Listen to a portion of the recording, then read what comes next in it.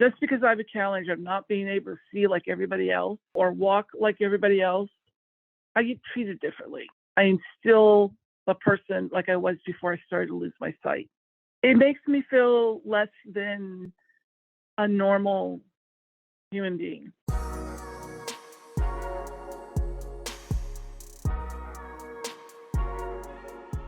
This is Anna Zivarts, the director of the Disability Mobility Initiative, a non-driver organizing program of Disability Rights Washington. The Road is the Sidewalk is a podcast series we're producing in collaboration with Zack Hurtz, a blind podcaster from Kitsap County, Washington. In our advocacy work with non-drivers from communities throughout Washington state, we hear a lot about how inaccessible sidewalks, crossings, and transit stops prevent disabled non-drivers from accessing our communities. After the Americans with Disabilities Act passed more than 30 years ago, the cities and counties we live in should have developed plans about how they were going to address these barriers in our public right-of-way. However, not only do many of these barriers remain, lots of communities haven't created inventories of barriers or timelines for when they plan to fix them. Kitsap County, where we're focusing our series, is one jurisdiction with no such plan. In this series, you'll hear interviews with disabled community members about how this lack of access impacts their lives, as well as interviews with researchers who are working on sidewalk accessibility.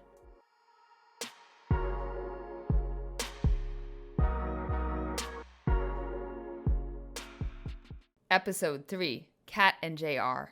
Hi, my name is Kat Worcester. I came up to Kitsap County in 2003 to visit my godchildren and never left. Met JR Kinnison in Seattle at the orientation and training for the blind. And then we moved over here together in 2014. My name is J.R. Kinnison, and I born and raised in Washington State, Seattle. I'm in a wheelchair whenever I go out of the house, like 95% of the time. Our corners do not have any ramps. And then I have to ride in our street that has a lot of potholes, and it's gotten worse and worse in the last 5 years. And it's dangerous. So I got to be really careful. And considering that I am low vision, there's already enough challenges. But I can't even get on the sidewalk because I can't get off the sidewalk. There's also other problems. Garbage cans are supposed to be dropped to the street, and they're not.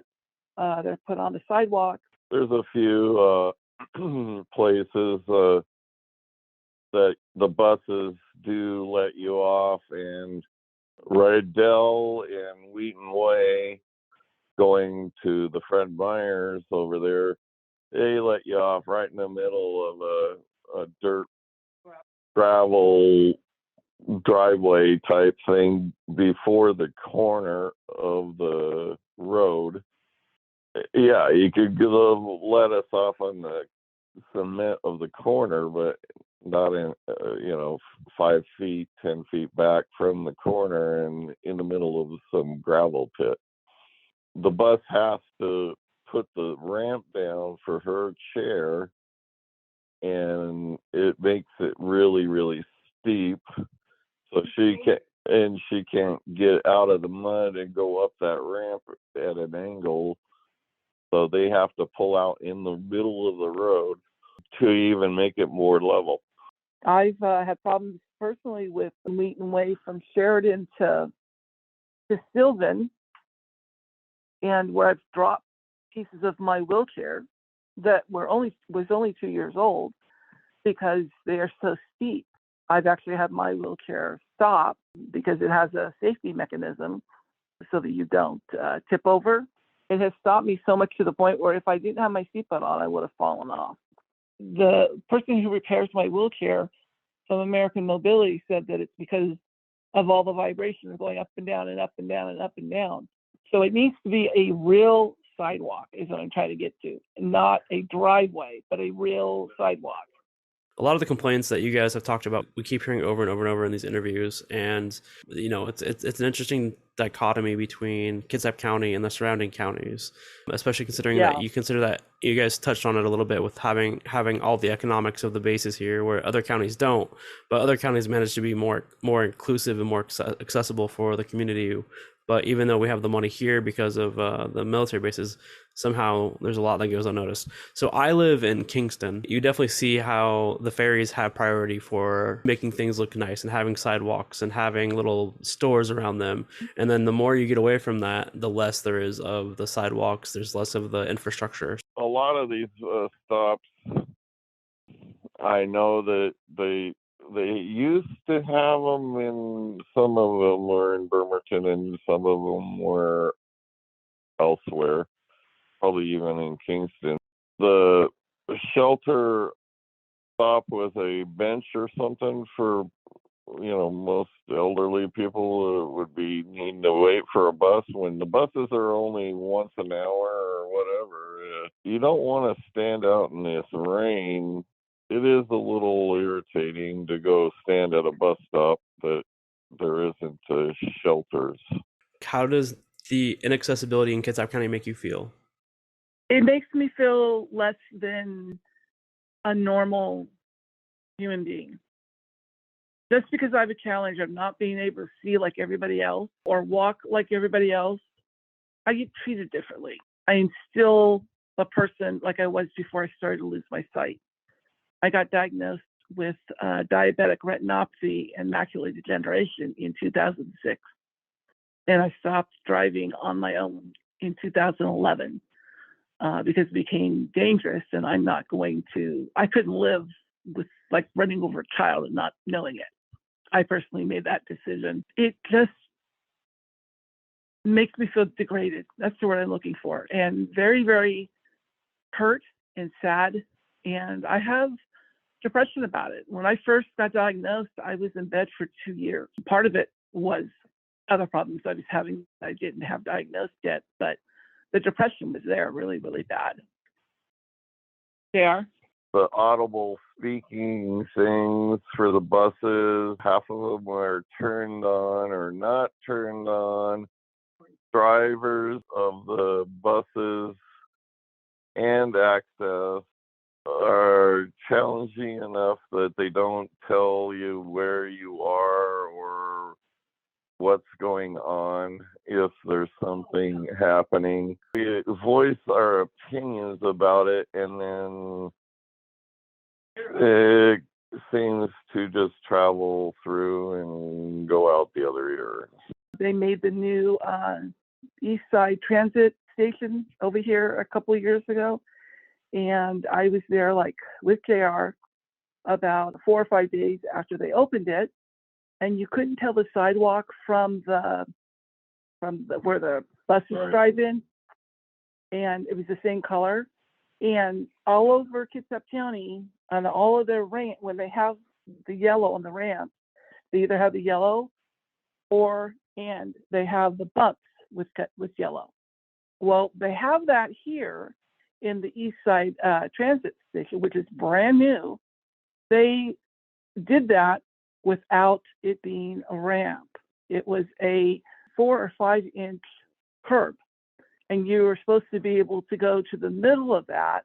We got dropped off at off Wheaton Way right there to go to a bus that will take us to the corner. If it wasn't for JR and his history of being a bodybuilder, I would have fallen, and I could have gotten really, really hurt. But he was able to hold on to me. Bumps in the yellow strip down is what they told me it was supposed to be an indication for where the bus is parked. And what it was is there's like 3 islands where the buses pull into this transfer station where they have like 3 buses on each side of the island, or 2 buses on each side of the island. So there's a driveway in between these islands, and you got off one bus and you have to cross over the driveway and get on the other island. And the driver told her to go straight across to the other island to transfer from one bus to another.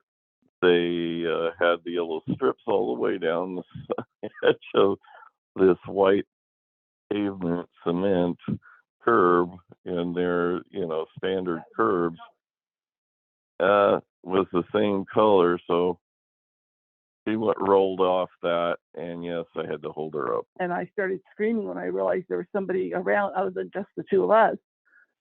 They came, and it was two guys that helped us that were in yellow flickers, and I think that they worked for the city, but I'm not sure. I did do a report, and they did fix it with paint, but you have the bumps and the yellow all over the county and in Seattle, and they're all ramps, every single one, except for this new one, this east side. And there is a really, really dangerous when you are low vision. Are there places that you'd like to go in Kitsap County that you can't go, or that you don't feel like you can go? Is there any trips in the last month that you feel like you couldn't take, or you know for a fact you couldn't take due to accessibility? Yeah, I would love to go to church. I absolutely would love to go to church. But there's only 2 churches that have access buses, and they don't know how to tie you down properly. So I can't really do that. So that means I'm limited to going where I can take my wheelchair, and of course can't take it when the weather's bad. Go out to dinner, lunch, or breakfast. Go to church, like she said. Everything that you grocery shop or whatever. I kind of wanted to take her out to Ain't No Point Casino up there in Kingston for her birthday tomorrow. Come to find out that there is no bus service that will go all the way out there on the weekend. And it's an outlying area. Even then, me working graveyard, the transportation wise, it just wouldn't.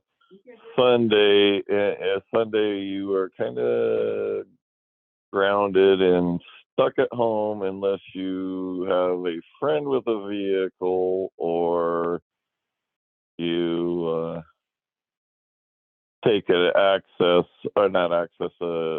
Uber or Lyft or taxi, which I do utilize taxis, but that gets expensive just going 3-4 miles.